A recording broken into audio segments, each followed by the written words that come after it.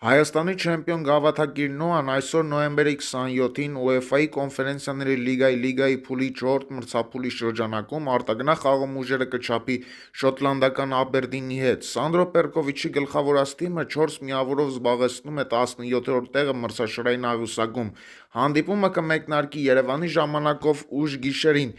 Ինչպես նշել է խորվատ մասնագետը Սիգմա Օլոմոնցի